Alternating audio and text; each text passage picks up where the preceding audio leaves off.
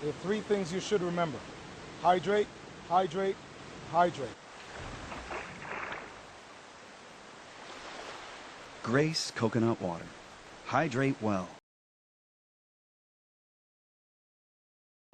How many of us can ever say that we were the fastest man on the planet?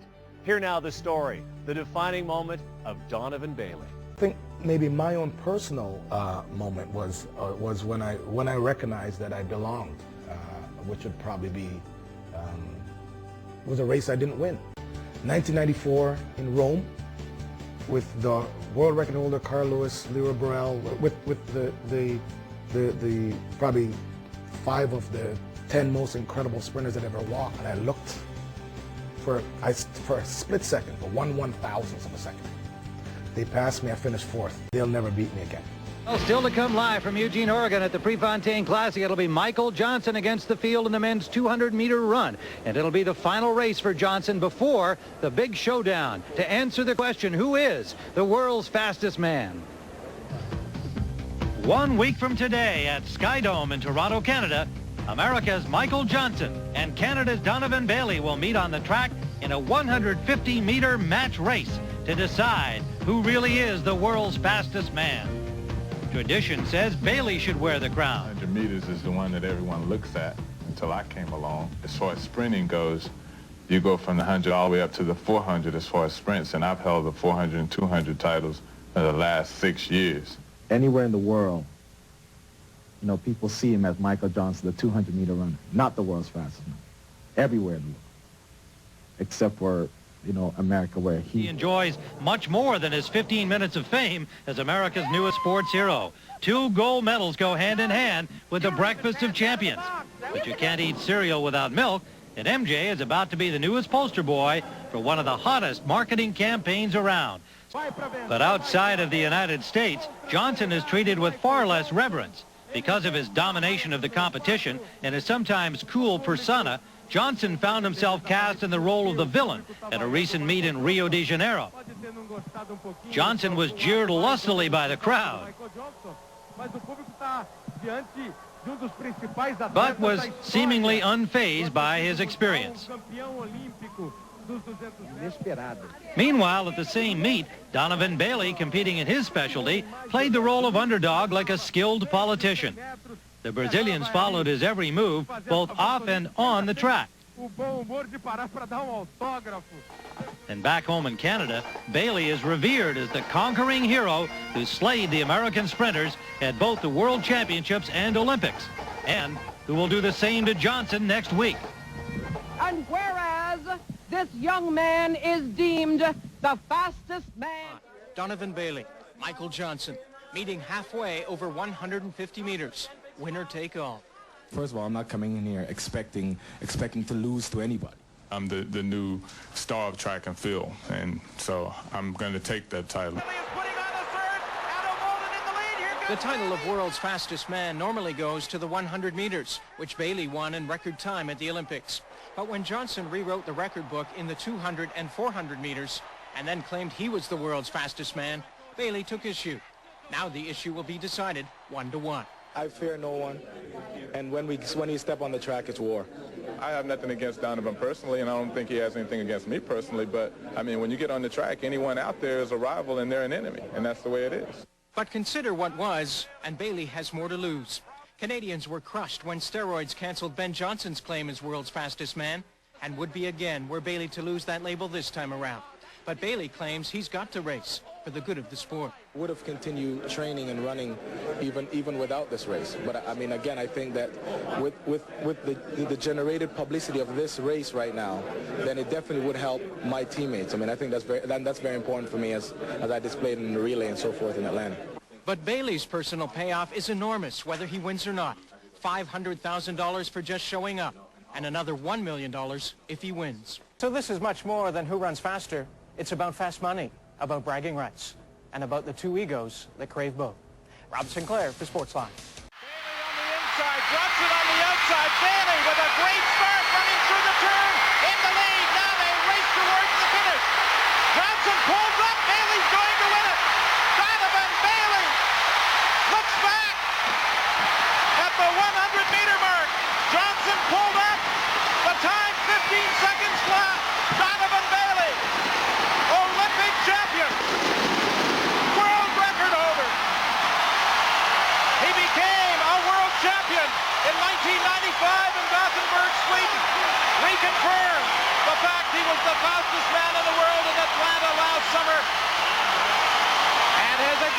proven his status as the world's fastest man.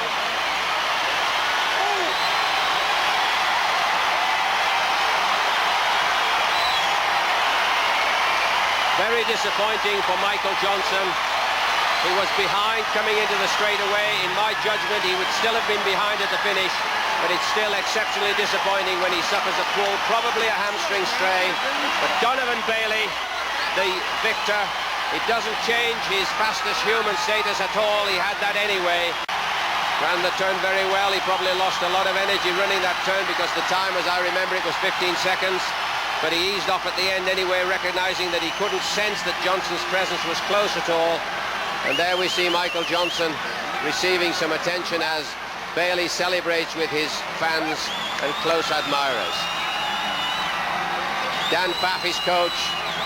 Thanks, coach, for ensuring that things went well. And in addition to reconfirming his status as the world's fastest man, he is $1 million. Well, let's watch this very carefully. We'll see a mark when they get to the 50. Bailey's up on Johnson's shoulder at this point, and at 50 is just slightly ahead. And now he's a full meter clear, and it's at this point that Johnson begins to ease off. He senses he's got this pull. Bailey powering away, beginning perhaps to tighten a little bit in the shoulders, but well ahead and coming through the 150-meter mark, the victor. Looking back to see where Johnson was because he couldn't sense his presence any longer. Good start by Donovan. Little wide at this point now, honing in on the inside of the lane without transgressing, of course. Johnson showing his good turn running ability, but he's down coming off the turn. And this is where he senses that things are wrong, begins to feel the greater effects of this muscle pull and limps away and decides there's no point in trying to continue. Very disheartening for him. A good victory for Donovan Bailey, but it would have been better still if both athletes had finished. Both athletes were guaranteed $500,000 for participating. Michael Johnson all week had suggested they put the entire $2 million on the line. The $500,000 each runner was guaranteed, plus the $1 million that would go to the winner. Well, Michael Johnson is fortunate that did not occur today because Donovan Bailey would have claimed the $2 million prize. As it is, he is $1,500,000 richer, and if reconfirmation was required, it occurred right here at SkyDome as Donovan Bailey accepts a congratulatory kiss from his daughter, the world's fastest man without any question.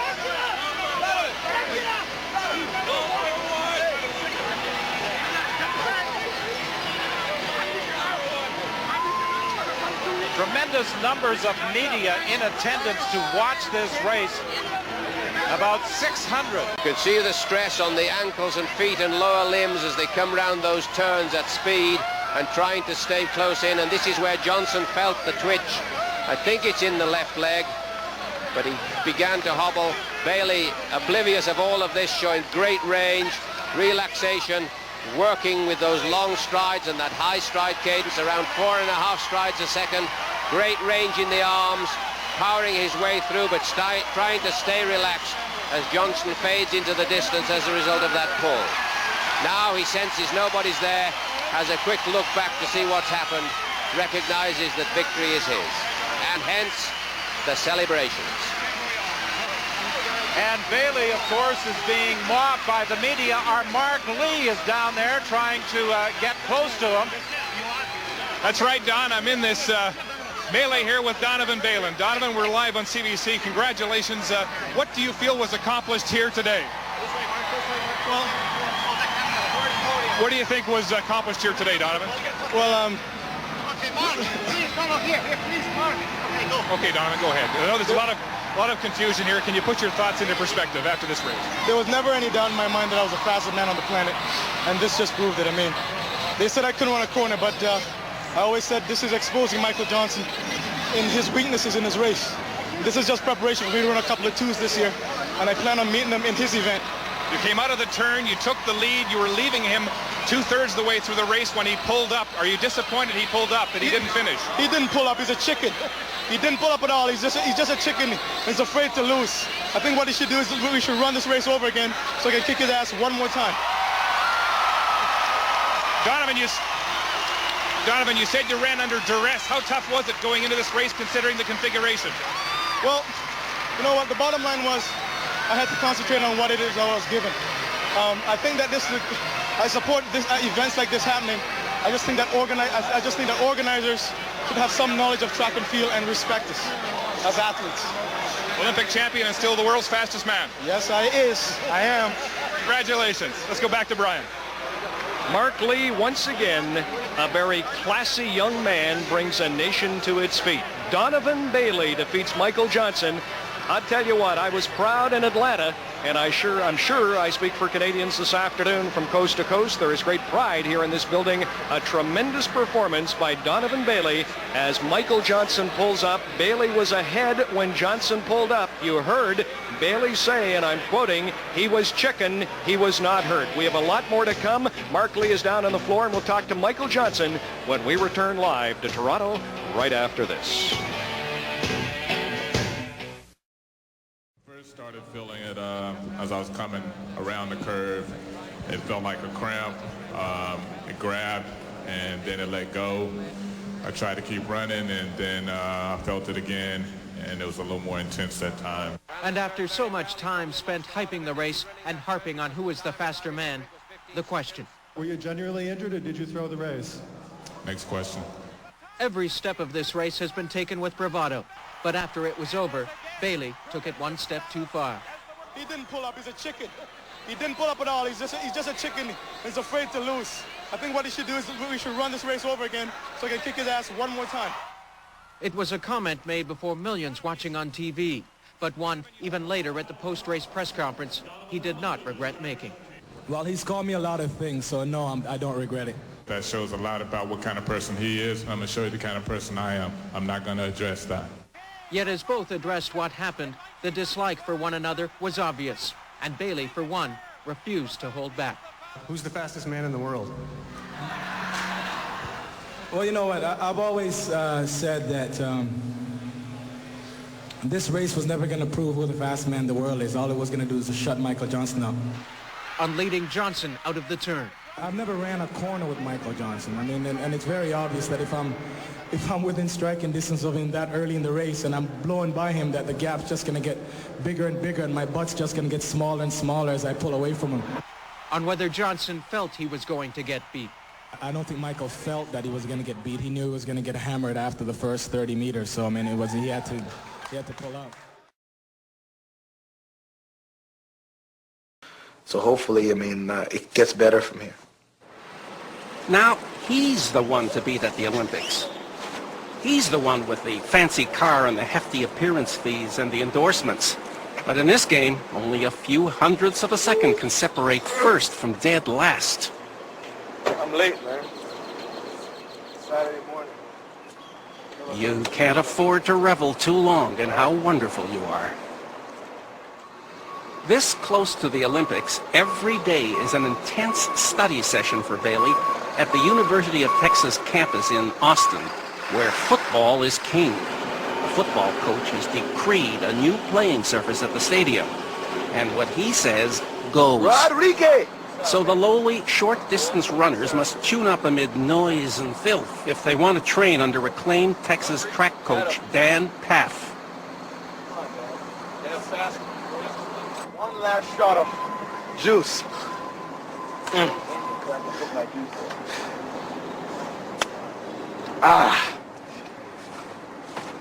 Okay. For a guy who until a few years ago traveled the fast lane off the track, not on it, he's become absolutely obsessive about his event, and understandably. Thighs up. A top sprinter can earn $500,000 a year if he stays up to speed. And such attention he gets. You know we got NBC next week. And CNN. Oh, I didn't know CNN. I knew Swiss TV, but I didn't know CNN. Making nice with the media. It's part of the job description. Stretch out a little so I can see the When the magazine Sports Illustrated comes calling, for example, you do their bidding when your prime sponsor is a sports shoe maker. Up. But his main business is staying fast, because if he doesn't, the jock press will soon find another darling. Hold there, don't Can't move. have that. Watch your shit. Hold it. Okay, take a break. You show up and there's a camera someplace taking pictures of you. So then again, you just go about doing what you're doing. You can't really think about that stuff because it definitely, again, you have to be so self-centered sometimes, really. You have to block out everything that's going on around you in order to get to where you're trying to get to. Because if I sit and I get absorbed in everything, then, you know, you guys are never going to show up again. And I don't want that to happen. Track fame can be ephemeral. Gilbert is philosophical. You know, you can't help but to feel maybe a little envious, because you think that this is exactly what you're working towards. And when you see it doesn't happen, but it happens for someone who at one point, like you said, you were beating before, and now all of a sudden they went from here right up to the top. I mean, of course you feel a little envious, but I mean, I deal with that. I mean, that's just the way life is. That's just the way things happen. The Canadians training under Path get together for their regular Friday night dominoes game. It's all they can afford to do. If you're not number one, just a fraction of a second off, you have to scratch to pay your bills. Though the regal Bailey will often make an appearance to schmooze with the gang. Some people we can't roll like this guy. The genial prince among the plebs who like to heckle him good-naturedly about how tough it is down where they are.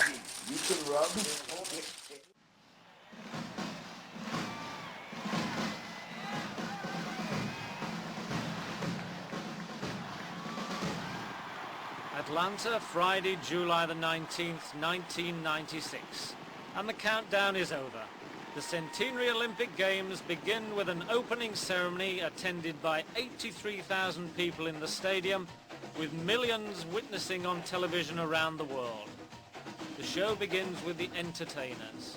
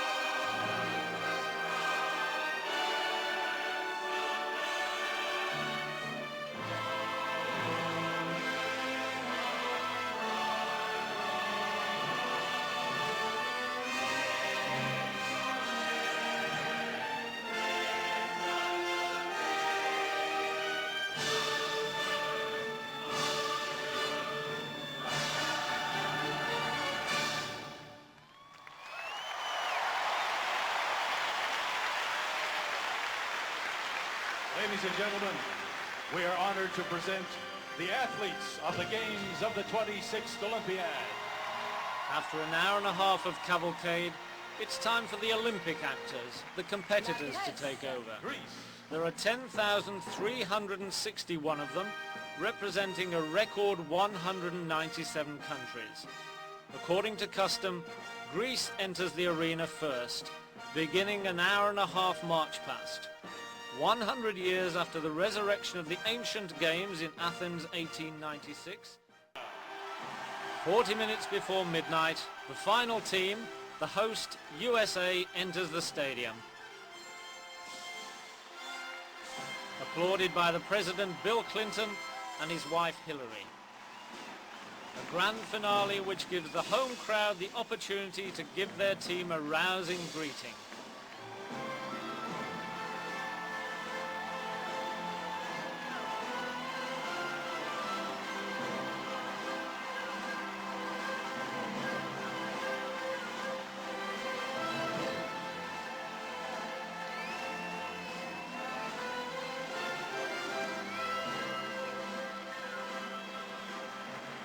Just before 20 minutes to midnight, IOC President Samaranch observes the protocol of the Olympic speech of welcome. Inviting the President of the United States to proclaim open the Games of the 26th Olympiad, the Centennial Games.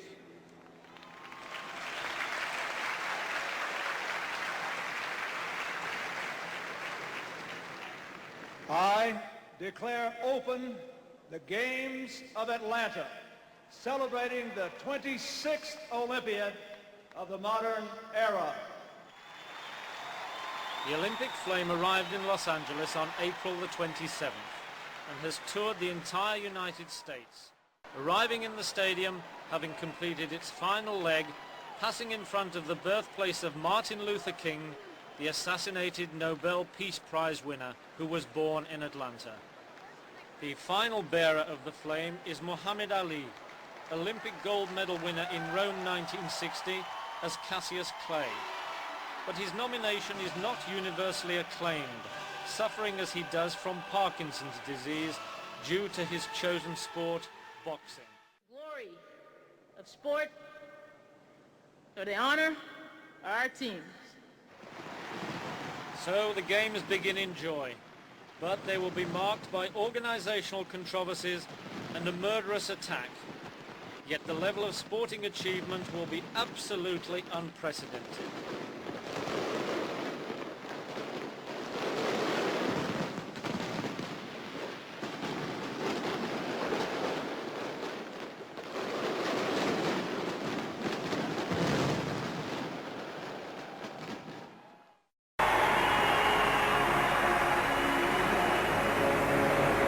Frankie Fredericks just strolling back to the blocks. Been training with Linford Christie all winter in Australia. Actually came to see Linford qualify in the 3A Championships this year. They're very good friends and they've been training together in Tallahassee with Merle Notty, who's just got a medal in the women's 100 meter final. Frankie is now 28. He goes in lane 6, or lane 5 rather. Next to him in lane 6, the world champion from Canada, Donovan Bailey.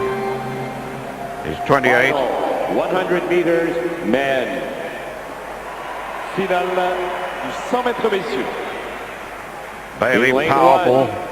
Not as tall as Christie, who I think is about the tallest man in the field. Representing the USA.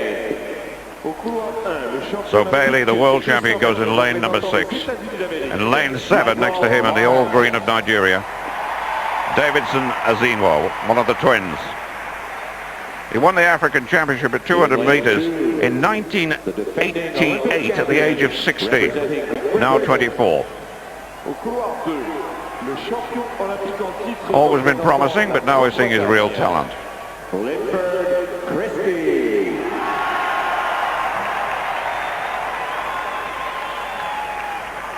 On paper, Bolden and Fredericks are the two favourites, but Christie is a big race runner. With all his experience, he's not going to be overawed by this one. Dennis Mitchell. Never still before a race. Talks to himself all the time.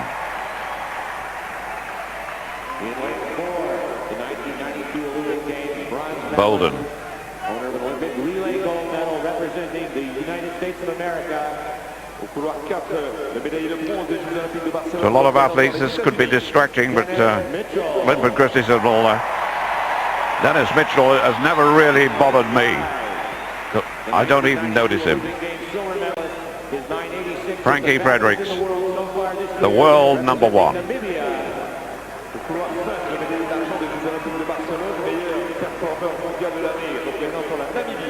Frank Fredericks.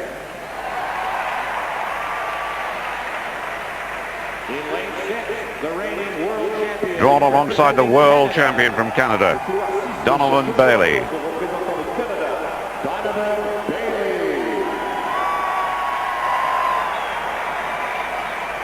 In lane 7, the 1995 African Lane 7, Games Davidson representing Azimwa Nigeria. from Nigeria. Always been promising. And this Olympic Games, or these Olympic Games, he's delivered. The 1994 Commonwealth Games silver medalist. Michael Green, the Jamaican, beat Christie in London a few weeks ago. 4 times the Jamaican champion. Michael Green. Michael Marsh in lane 1, the Olympic 200-meter champion.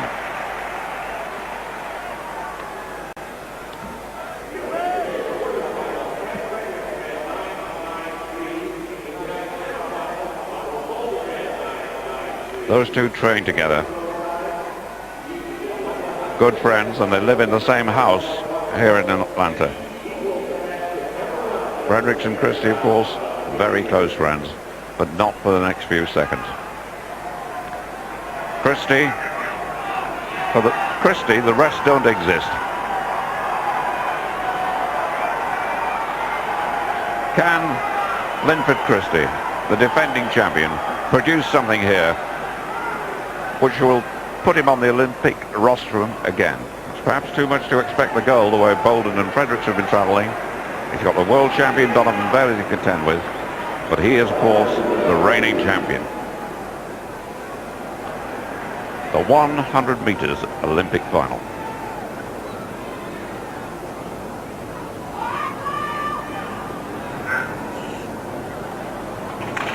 Well, no wonder. I'm not sure Christie wasn't responsible. It's very rare he gets a false start. Very rare indeed.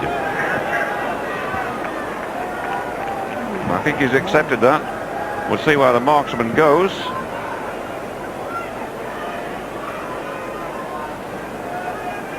And it is to lane number 2.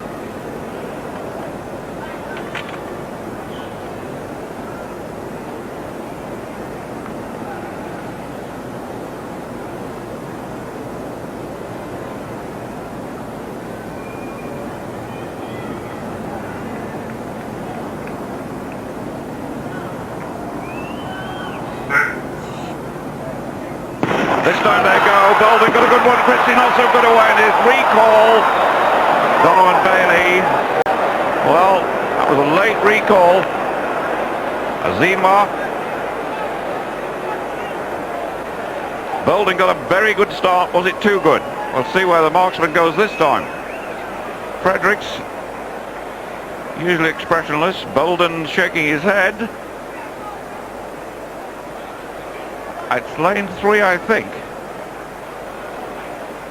The orange, yep. Just beat the gun. Suppose you could say it was nearly a brilliant start.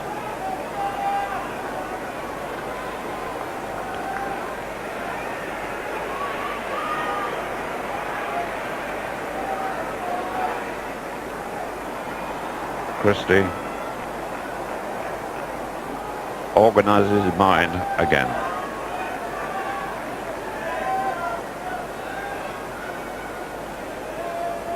Bolden in the next lane is such a good starter. He's liable to put Linford under real pressure right from the start. But now with a false start, he might tend to dwell in the blocks.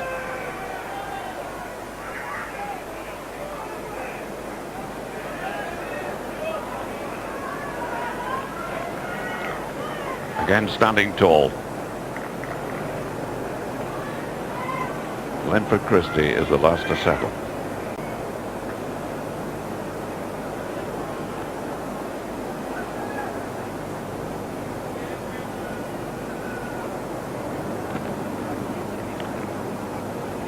The Olympic 100-meter final.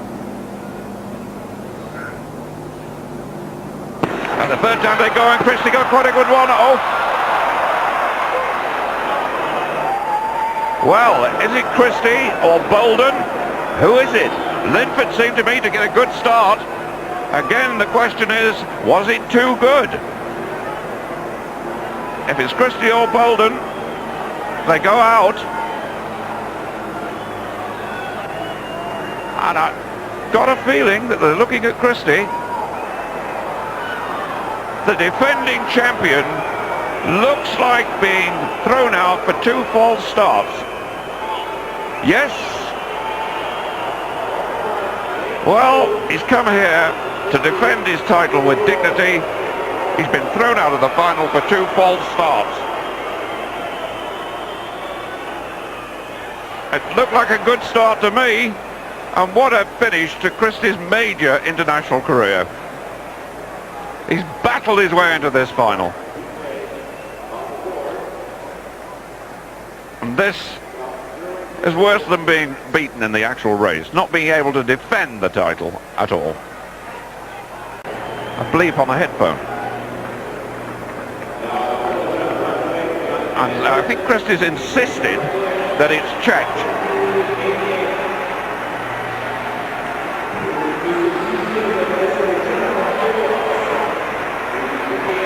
Well, he's been around long enough to know his rights. But a tremendous strain on everyone. Edwards now in the triple jump. His last jump. Incredible drama for Jonathan Edwards. Come on, it's got to be long. It has to be long. But the rules are the rules, and it doesn't matter how long it is. Jonathan Edwards. Gold rush here in Atlanta is over. Well, Linford Christie has been asked to leave the arena, and the champion walks away without being able to defend the title. 2 false starts. He not only can't believe it, he simply doesn't believe it.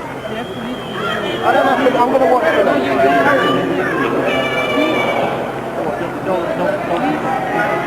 So now, the man who's put together such a great international record is forced to be a spectator.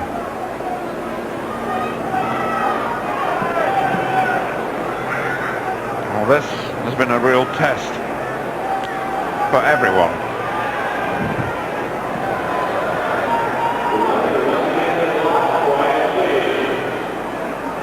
The lineup is Marsh, the Olympic 200-meter champion in 1. Christie now gone in 2. Bolden, the former world champion, junior champion, Trinidad in 3. Mitchell in 4. Fredericks in 5. Bailey in 6. Azinwa 7. Green 8.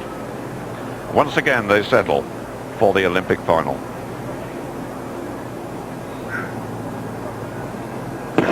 This time they get away. Bolden got away well. Also going well alongside him is Dennis Mitchell. And it's Bolden! And Bolden comes through, and Bailey! Bailey wins it. Bolden second. Fredericks third.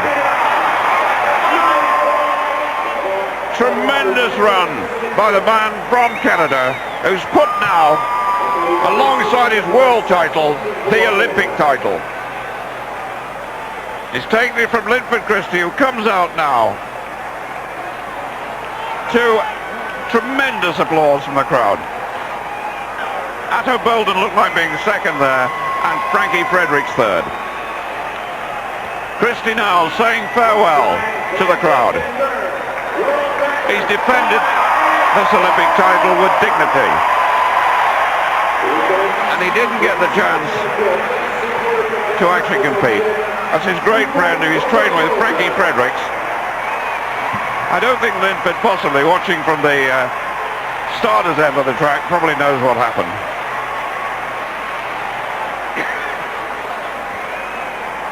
What a sad finale. But what a moment for Donovan Bailey, world champion and now Olympic champion. Gail Devers sympathises, and Christie walks away. Thanks, Brian. A magical evening, obviously, for Team Canada. Andy McGuinness, head coach of the track and field team, and Molly Killenbeck in charge of the sprinters here in Atlanta. Andy, give us your analysis of that magnificent world record and gold medal run. Nothing but control from the gun to the finish. He's a gatherer, and he just gathered in the field and took it away. Molly, what were you feeling? I know you said you were more nervous than excited going into this event. Well, I know this is probably going to be this was the best field of 100-meter sprinters that we've seen, well, in my lifetime anyway, and I knew whoever came out on top would have to run a darn good race, and Donovan certainly did that. I thought he got out a bit slow, but he certainly came back and put it together, and the result was a world record, and we're pretty excited about that. What did you think about the false starts? Never seen a start like this either, never mind the field. The false start, I think it probably ruffled a couple of people in the field. Obviously, it didn't affect Donovan at all, and probably helped him to get settled in because one of the false start he didn't get off that great. So I think it probably helped him in the long run. How about Addo Bolden, Andy, having one under his belt? One under his belt. Well, a little inhibition, but Addo's such a strong runner. He still controlled the race for the first 70 meters. I don't think it hurt Addo. What hurt Addo was being out in front. And not knowing that Donovan's coming, or just spending a bit of his energy? No, I just think an Olympic final and being out in front and smelling that finish line, and just nothing comes fast enough at that point. That's a good one. Frankie Fredericks was blistering all year and threw the 9.93 on the board yesterday. Were you surprised about him? I mean, this is a 9.84 that beat all this field, so nobody should be disappointed. But what about Fredericks? Fredericks ran a great race, but all week Frank hasn't been able to crack a smile. He's just been Mr. Serious, and that's not Frank's style. I just don't understand why all of a sudden he had to become somebody that he wasn't. And I think it showed a bit in that final as he tried to gather in Addo. He hit the wall at about 70 meters, tried to relax because he is an experienced sprinter, and he came back relaxed and got Addo in the end, but nothing can stop Donovan once he's got that scent of blood. Did you think Donovan was himself through the last 48 hours? You mentioned that all the traffic snarls and whatnot might have had him in a bit of different state of mind yesterday. No, yesterday was panic mode, little dings and dangs, and things got fixed up. We got a little behind the 8 ball on the warm-up patterns and the protocol in the marshalling area, but today they're early, everything figured out, nice smooth trip in, and away we go. How does Dan Paff prepare Donovan for a meet like this? What kind of tapering would he have done and training in the last 2-3 weeks?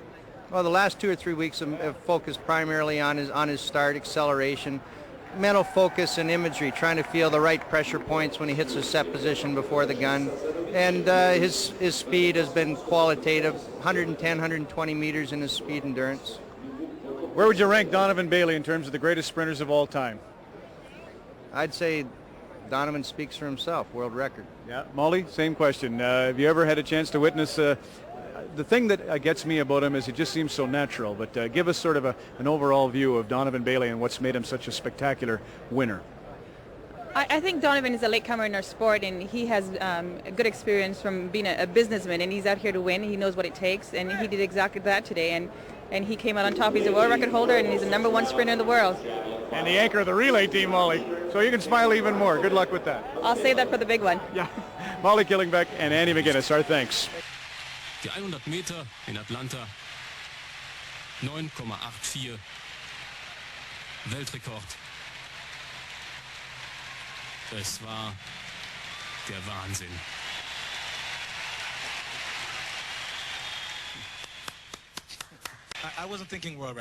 Ich habe nicht an den Weltrekord gedacht. Immer wenn ich an eine Zeit denke, geht's schief. Immer. Ich dachte einfach bloß, geh in die Blöcke ganz ruhig. Mein Trainer hatte mir noch gesagt, ich soll vernünftig rauskommen aus den Blöcken und dann bei 70 Metern einfach entspannen. Esme was absolutely wonderful. He did everything right. He was psyched up. He kept Drummond at bay, and Drummond knew it. I think Drummond started seizing up about here. Esme says hand. There's the hand. What a great change there. Absolutely fantastic. Then Roy Gilbert blitzed that back straight the same way that they did in the women's when the Americans won it. And now you can see the bend here really. Surin was away then. It was won by this stage. The hand goes back, no troubles this time. And he took it 2 yards up and gained another 4. Double goal for Canada in the sprints in the 1 and the 4x4. Nigeria in front, but Donovan Bailey is flying, and Canada wins.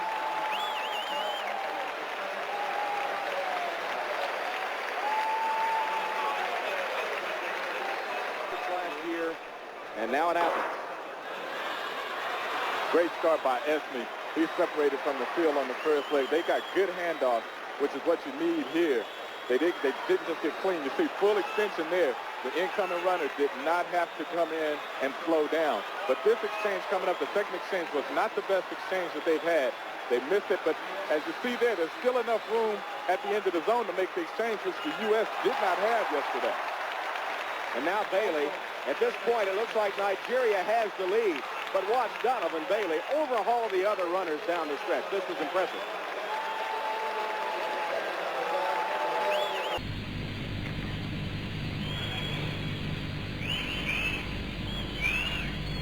Ettimi.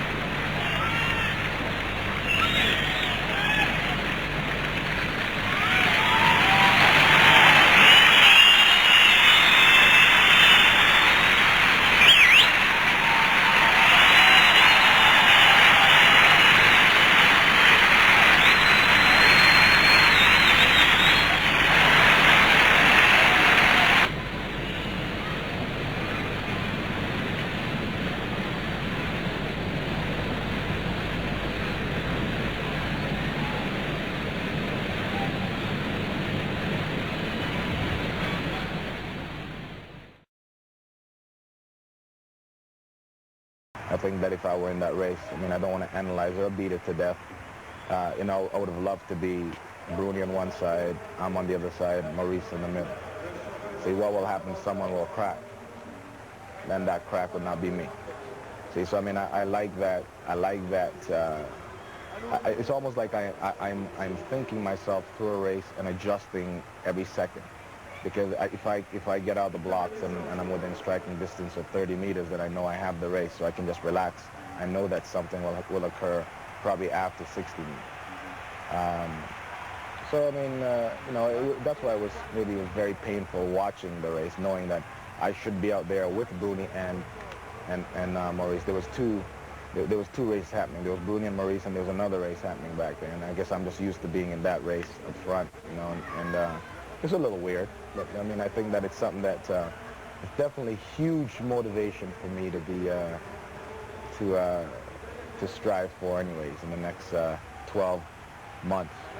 Smith's coach, Les Skermantic, and of course the head man for Team Canada. This has been a bit of a media fun topic. What do you think about, was it Bruni's call to anchor and have Donovan lead off, then to Glenroy, then to Trevino? No, it's not as simple as one person's call. The guys did make some decisions, and they set together a number of times. We had a formal meeting, and we have a few informal meetings with them. They finally decided that for their interest to keep the team united and happy, which is the key issue here, they would choose to run in this quicker order. Donovan Bailey has no qualms about starting things off for Canada. If I lead off, that's fine by me. I mean, I don't really like that position, but I mean, I enjoy the position because it's almost like I can control what occurs. I can start the team off right. I can control that. Well, things didn't get away to a good start as they were in the blocks, and one of the athletes asked for time, raised his hand, and they will resettle. Jeff, how do you feel about Donovan leading off as he did at the Pan American Games in Winnipeg? I'm extremely positive about it. I think it's an ideal position for Donovan. He has a major influence on the baton if he's the lead-off sprinter, because if Glenroy Gilbert takes the baton late in the zone, Donovan has a major influence on baton speed. Now, the challenge is, of course, to try to have these exchanges in the second half of the 20-meter zone. But allowing for a 10-meter acceleration zone, there's no way that outgoing runner can be going at full speed. So you lose baton speed. But if the baton is taken early by the outgoing runner, you lose even more baton speed. And of course, if you take it late, you run the risk of disqualification. But the idea is to have as reduced a baton speed through the zone as possible. Top teams take about 1.8 to 1.88 seconds to get that baton through the 20-meter zone. Canada in lane 6, the United States in lane 7. Donovan Bailey against John Drummond. Donovan Bailey at the Pan American Games made up 2 staggers in the exchange. He and Drummond are going to hand off almost identically. It's Glenroy Gilbert down the back straight for Canada. He'll be passing off to Trevino Betty. The top 2 teams will move on. The anchor, Canada with a bad exchange as Betty could not take the baton cleanly from Glenroy Gilbert, and Bernie Cern is going to be way down trying to make up time and distance running this anchor leg. He's going to move up, and he will be in 3rd place. The United States 38.06. And of course the memorable gold medal run at the Olympic Games in Atlanta in 1996. He will start things off in this Pan American Games 4x100-meter relay final. He'll be passing off to Glenroy Gilbert, who was also on those 2 World Championship teams and the Olympic Games Championship squad. And then Glenroy Gilbert will give it to Brad McQuaig, and Trevino Betty will be the anchor runner. Now, Jeff, as we take a look at the other teams in this field, St. Lucia in 1, Jamaica in 2, Brazil in 3, Trinidad and Tobago in 4, the United States in 5, Canada in 6, the Netherlands, Antilles in 7, and Guatemala in 8. People might wonder why Donovan Bailey is running the opening leg rather than the anchor leg. I'm one of the supporters of Donovan running this first leg, largely because he has more influence on the baton running the first leg than any other runner, allowing for about 6 or 7 meters of safety in the zone to make sure you don't get disqualified with the exchange. He will carry the baton around 104 or 105 meters. His job then is to carry it and pass with his right hand to Glenroy Gilbert. So he needs to be a good starter, a good turn runner, and he runs hard into the zone and carefully passes it on. My only concern is that he may put his Achilles tendon under a little bit of strain as a result of having to run the turn, because there's a lot of torque on the ankles when you have to run the turn. Glenroy then next in the 2nd position, and he has influence on the baton only 100 meters. But he runs with and without the baton for 124 meters. Glenroy runs about 2 to 3 meters faster when he's in a relay than he does when he's doing a normal sprint. And there we see a tumultuous acceptance and welcome to Donovan Bailey. The 3rd runner, just to carry on with this thought, the 3rd runner does exactly the same as the 2nd one, has the same responsibilities. He must react to a check mark, gather the baton safely and hand it over safely, but he of course has the turn to run.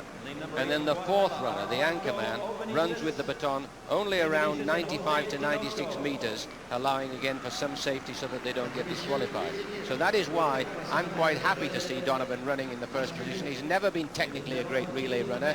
He's always lacking confidence on that last leg whether he's going to get the baton or not. Here his job is not to get disqualified at the start and to get that baton safely into Glenroy. Brazil had the best qualifying time, a clocking of 38.67. Canada was timed in 38.74. It was interesting to listen to the reaction when Donovan Bailey was introduced. He has been the center of some controversy over the past week, ever since arriving in the city. Because of his failure to run in the 100 meters, he was the spokesman for the Pan American Games. And the topic of Donovan Bailey and the amount of money he was paid to be the game spokesman was discussed on radio and on television and was written about in the newspapers, but that's all forgotten now as he starts things off for Canada, running out of lane 6. Donovan Bailey off to a very good start. Look at him fly into the turn. One of the best second runners in the world down the back straight. Glenroy on the Canadian team. This is going to be close. Here's the final exchange. Trevino Betty running for Canada. On the inside, it's Brazil. Brazil with a slight edge now. Betty trying to come back, but Brazil has the lead, and Brazil is going to claim the gold medal. Canada 2nd, Jamaica 3rd. The time 38.19, and that is inside the previous game's record. Canada was in very good position after 2 legs. There's Glenroy, there's First leg, Donovan, moving well round that turn. Now he hands over to Glenroy Gilbert. Glenroy's underway, good steady rock-like hand. Now he goes strongly down the back straight. Typical Glenroy Gilbert, relay running, very powerful, very determined. Now let's watch carefully. He's coming into the zone. Glenroy.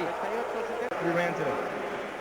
I mean, we ran the heats. Hopefully have some people at home saying prayers, and hopefully we can get through. Any point in going home now and saying, look, that can't work? Glenroy, maybe I'll give you a chance first to give an initial reaction. Well, I'm not going to address the order of the relay simply because we came up with that order and we ran. I mean, you know, for a guy like Trevino to step in, you know, especially in a position as a third leg. Brazil to watch. Those would be my three favorites. Brazil had the best qualifying time, a clocking of 38.67. Canada was timed in 38.74.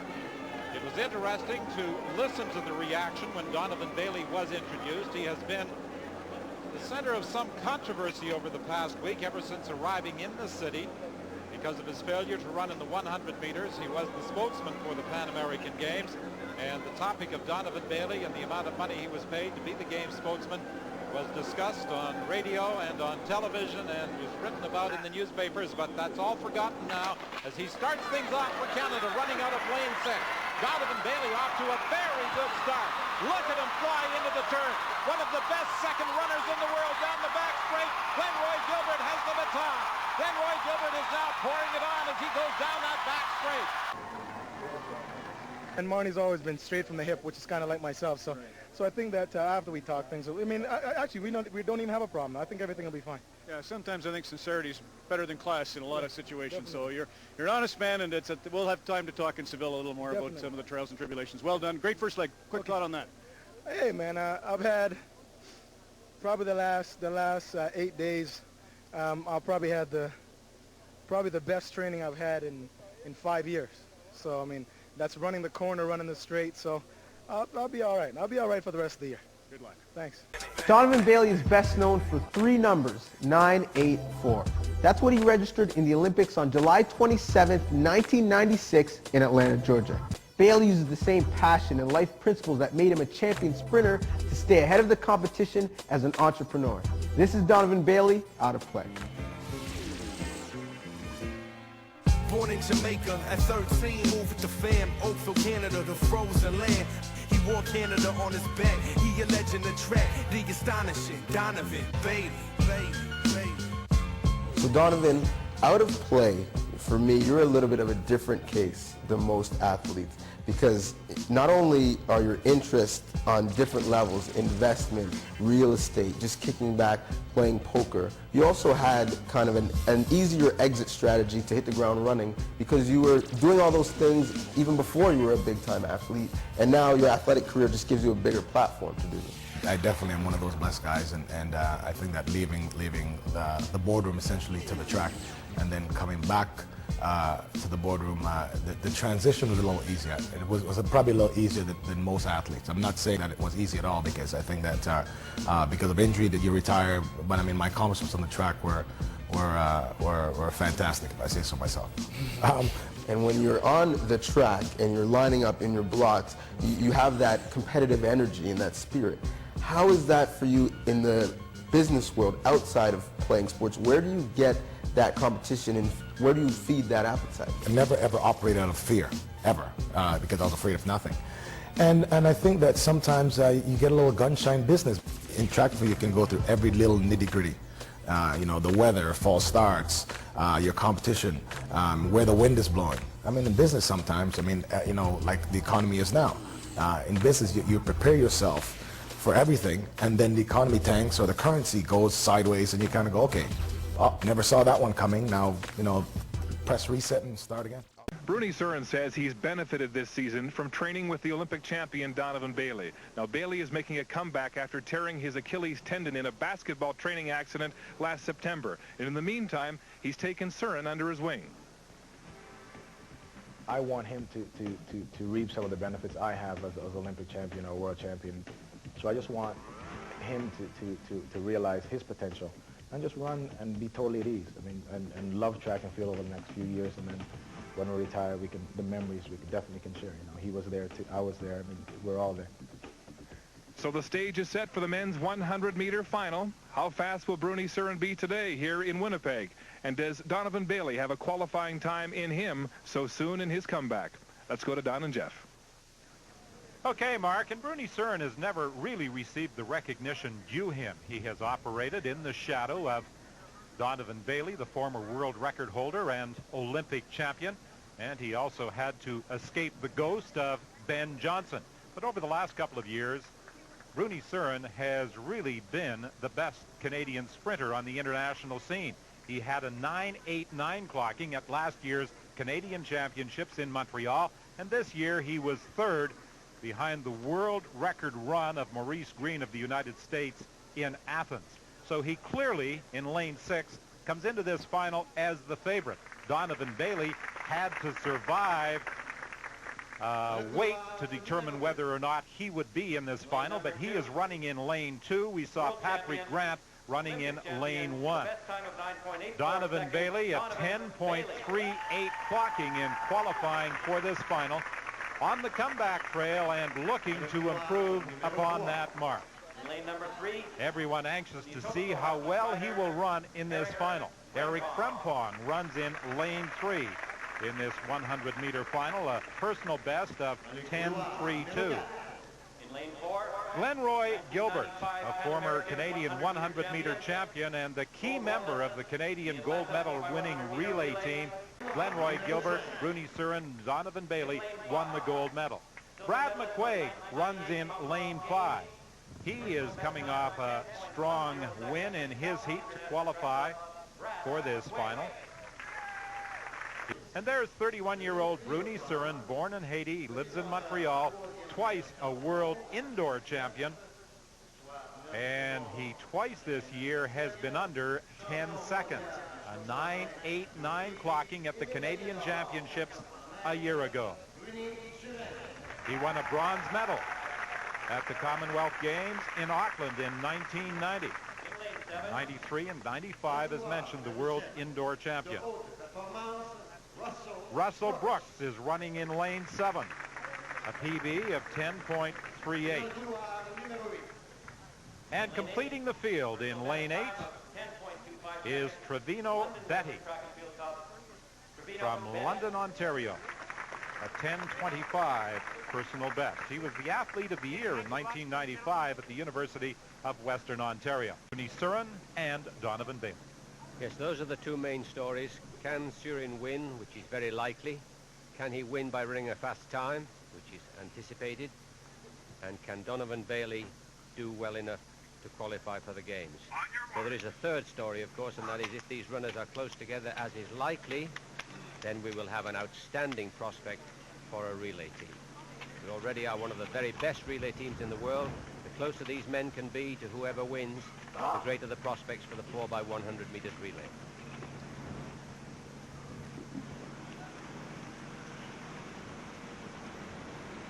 Crowd in anticipation of seeing an outstanding sprint featuring former world champion Donovan Bailey and last year's Canadian champion Bruni Surin.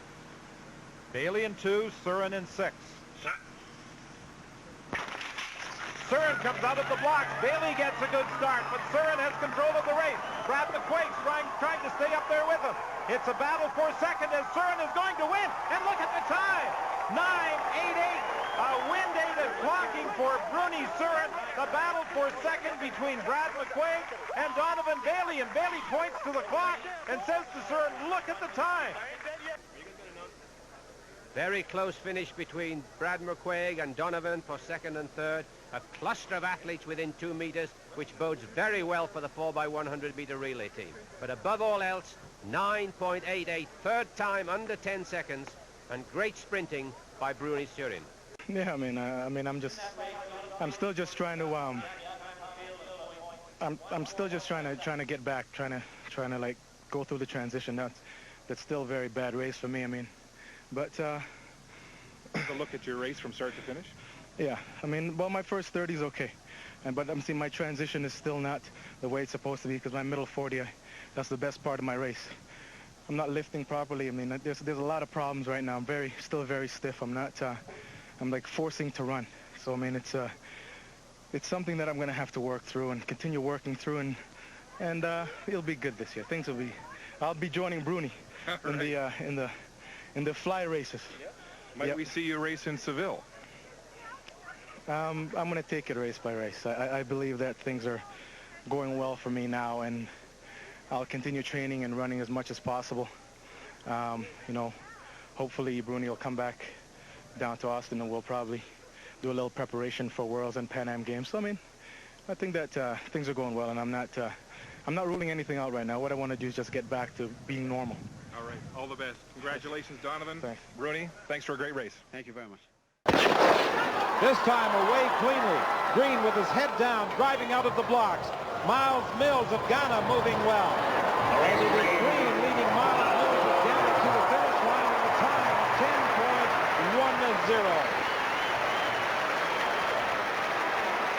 10.10. Olympic 100-meter chances were finished. And then he comes back to qualify for the semifinal with a very courageous performance. Can Donovan Bailey do the same? He has been battling the flu. He has been sick all week.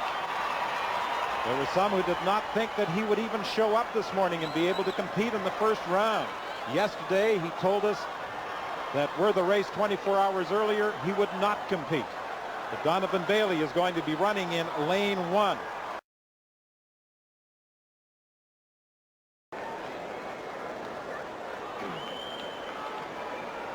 He does not look a well man, does he? Only once has a sprinter successfully defended the Olympic 100-meter title, and that was Carl Lewis. Have to again get into the proper mindset to get ready to go. Exactly. So they'll try again. All starts against the two outside lanes, Donovan Bailey and Konstantin Rurar.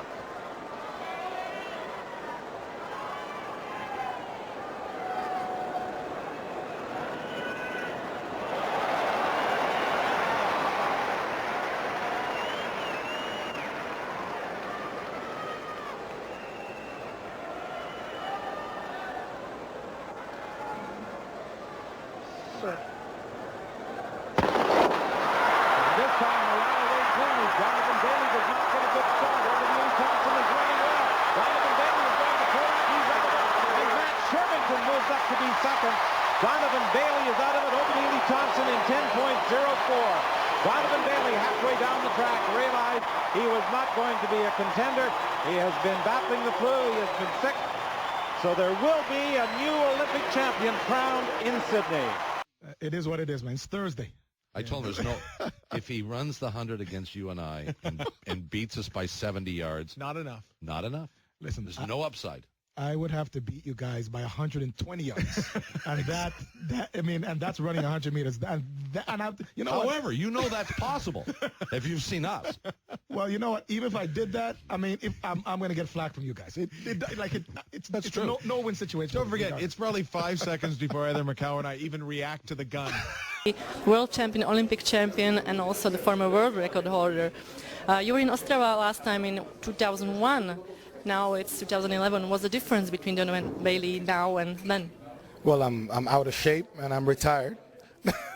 And the difference is the last time I was here it was raining, and it's beautiful, nice and sunny today. So I'm looking forward to the competition and seeing some great things being done on the track. You're now the legend. So can you tell us who is the biggest legend of athletics for you? Oh, wow. The biggest legend other than myself. No, the biggest legend, you know what? The biggest legend for me are all the legends that actually, created the sport to make it a professional sport now. At one point, it was just once a year competition. Now, all the people that were instrumental in making this a career choice for athletes, those are the guys that I really respect, all of them. We're talking about the limits of the human body. Do you think there are some?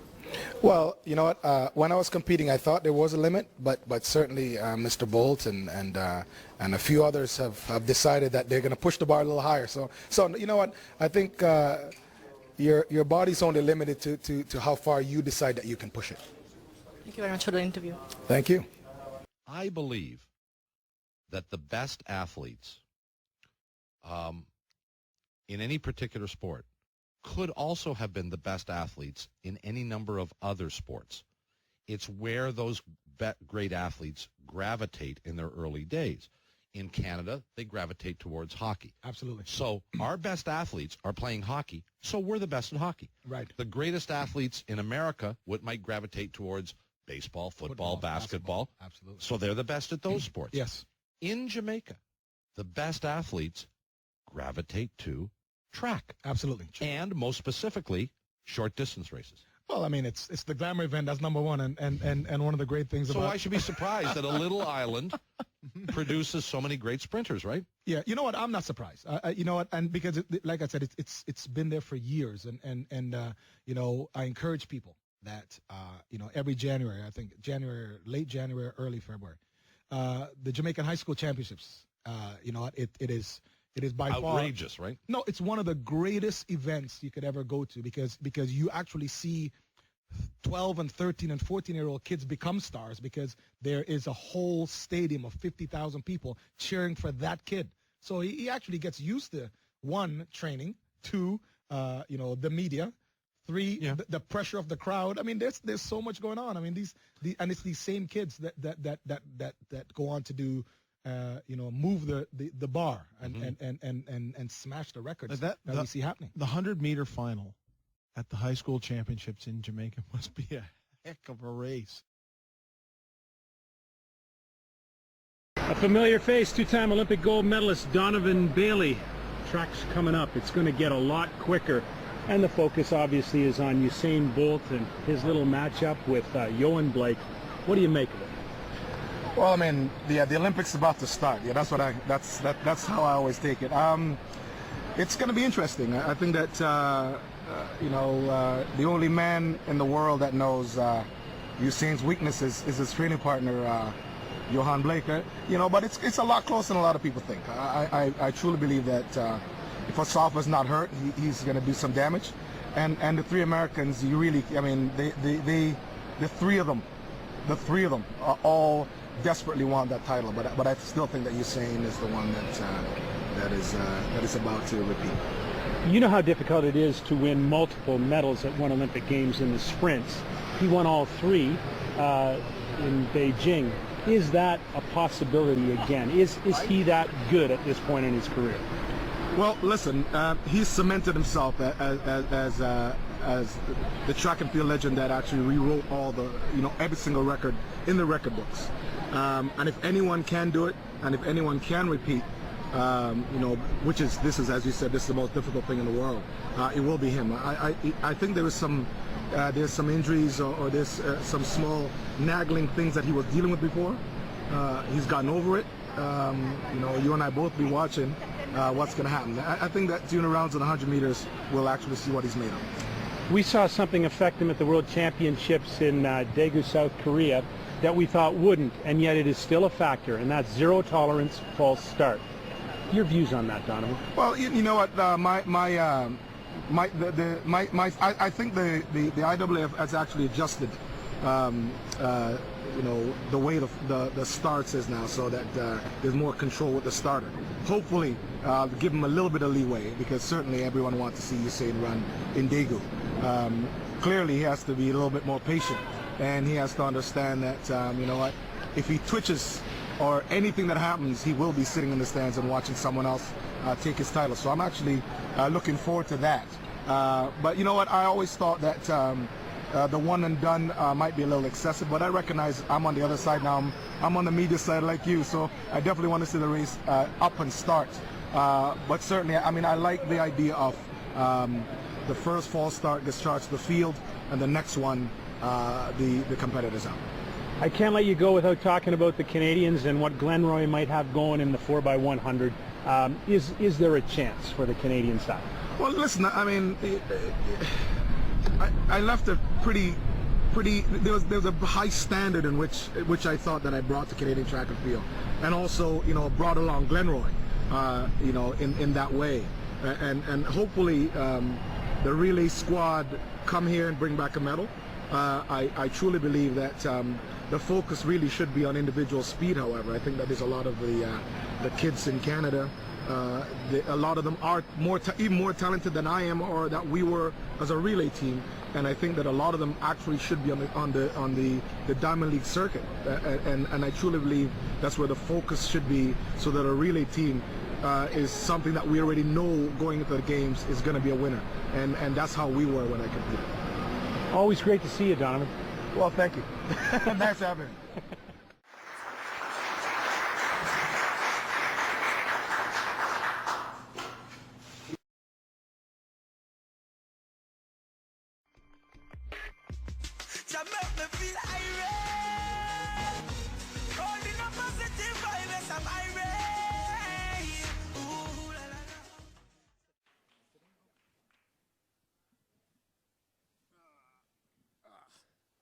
Why does the 100 meter captivate the imagination of the world? Why is it the focal point of the Olympics and the World Championships?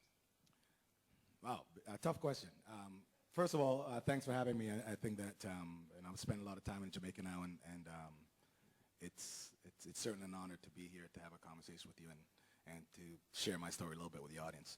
The 100 meters, I think it's the holy grail of track and field. It's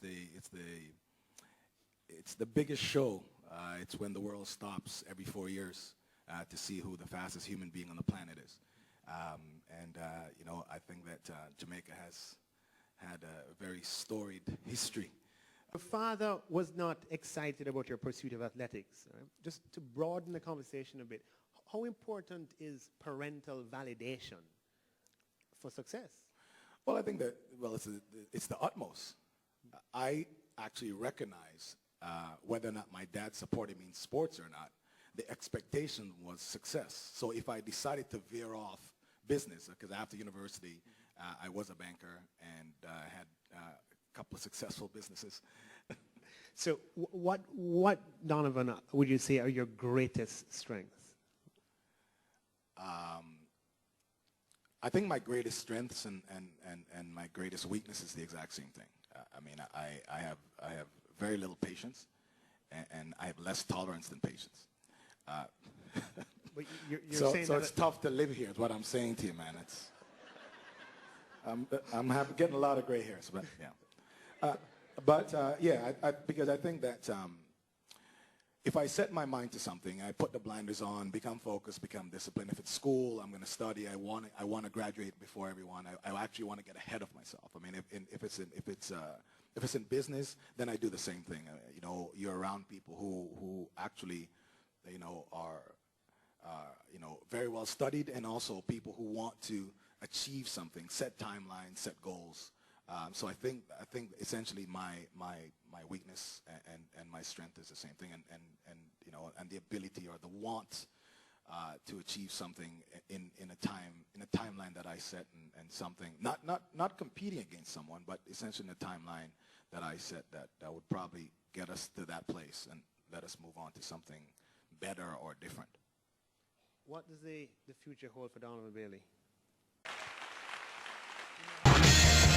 It's a gold. Not like when I was there at play day when I'd always get a participation ribbon. Hey, George, thanks for showing up. Not even a finish, because I didn't finish. I'd usually barf halfway down the road. But when you win a gold, those moments seem to stay in your memory forever. Ben Johnson won a gold in 1988, mind-blowing. We all know how that turned out, but regardless, for the moment, it was mind-blowing. And for the next few years, you got the sense that the entire country wasn't really embracing that part of our legacy. Then 8 years after that, everything changed. And what's so cool about pro sports is that it's a game that's played within millimeters and inches and in just tenths of seconds, right? Everything changed for Canada in less than 10 seconds. And the guy who restored our faith and our pride was Donovan Bailey. Donovan just went into the Canadian Sports Hall of Fame. Donovan Bailey in a moment. Here's his bio.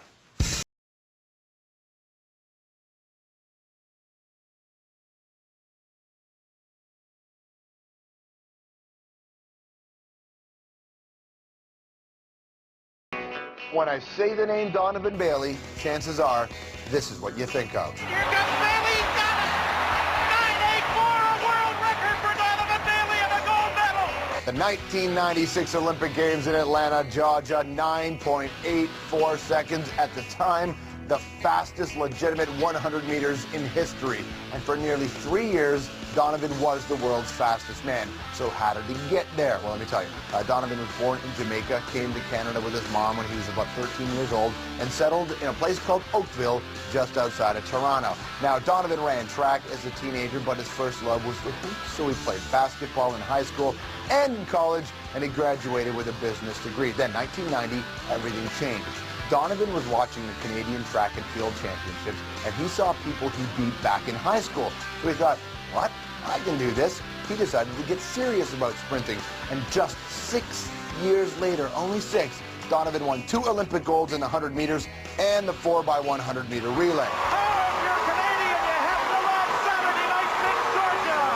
Of course, when you're the world's fastest man, someone's always out to try and take your title. Enter American sprinter Michael Johnson. And at the time, he was the king of the 200 meter and started saying he was the fastest. So in 1997, they decided to have the score to settle it all. The two went toe-to-toe at the SkyDome in Toronto in a 150-meter race. I think what he should do is we should run this race over again so I can kick his ass one more time. So in 2001, he decided to retire, got back into the business world, and started something called the Donovan Bailey Fund, which offers financial help to amateur athletes in Canada. Donovan Bailey. Good to see you, Donovan. Good to be here, man. All right. All right.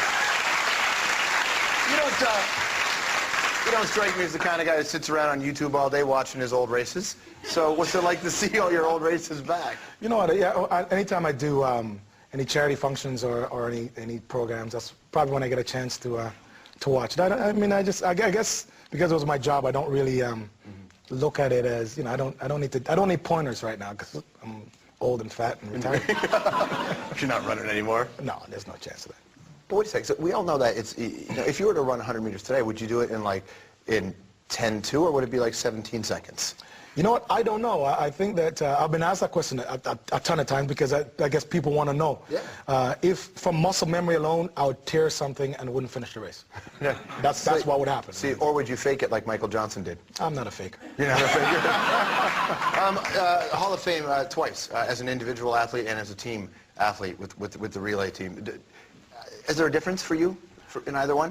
Yeah, well, huge. I mean, I think that, like my career, individually, the infrastructure that my parents created was that if I was going to do something, I better get it done right, and I better be my best at it, and they stuck to that.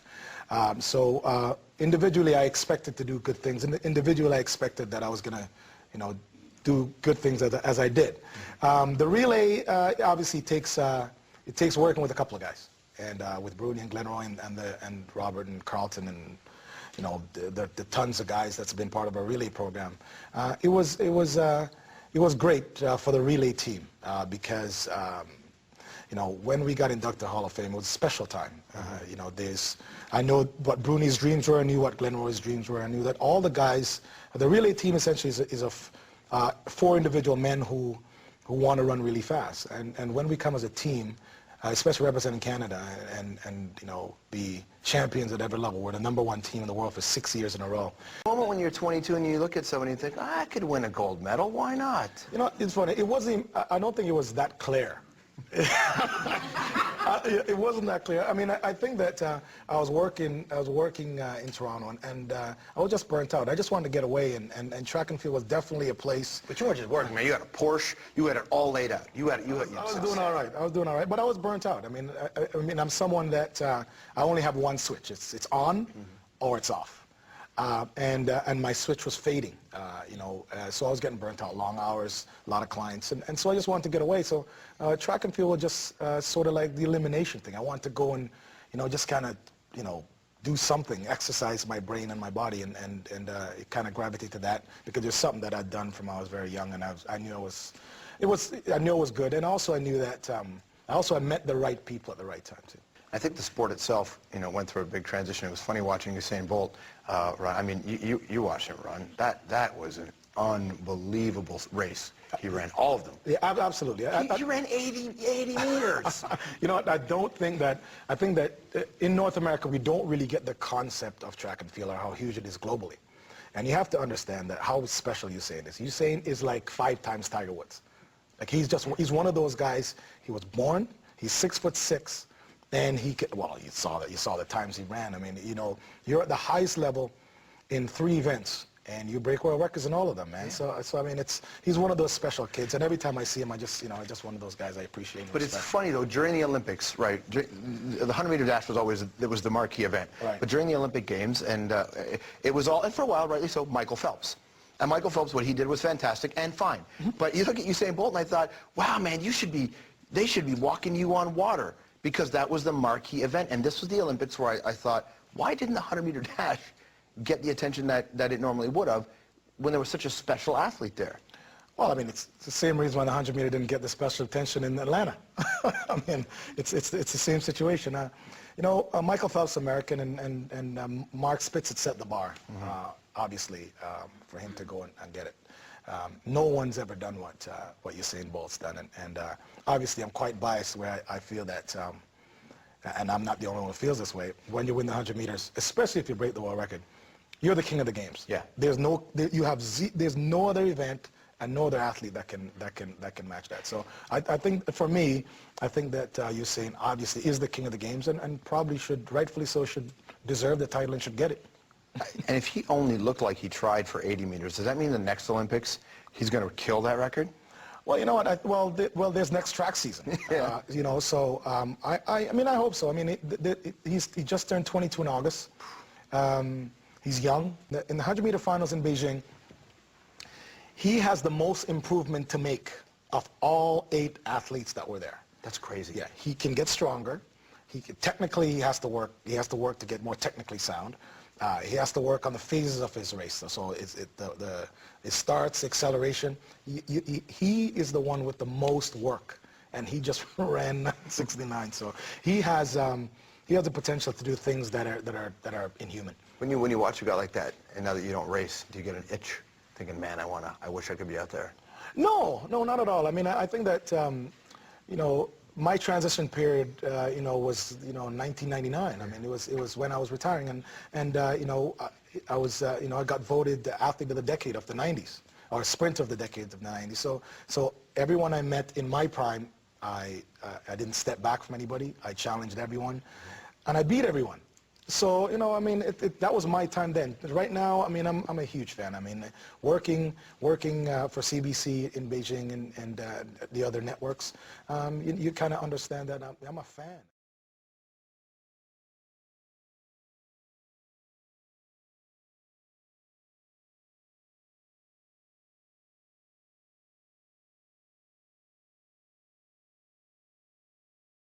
Das tat dann dieser junge Mann, Donovan Bailey aus Kanada. Im ersten Vorlauf die Damenwelt noch mit dieser Mundhaltung verzückend, ansonsten tiefstapelnd.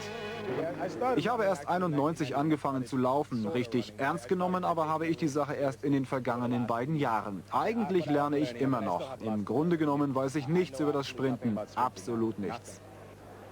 Schade für den Titelverteidiger, für den Altmeister und Olympiasieger für Linford Christie, dass er sich im Halbfinale verletzte.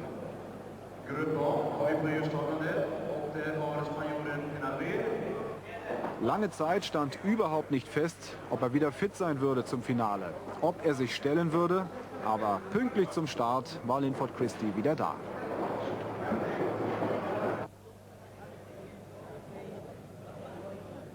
Bailey sur un marche.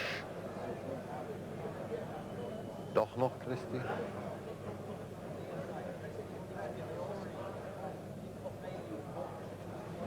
Ganz rechts ist Christie auf Bahn 1.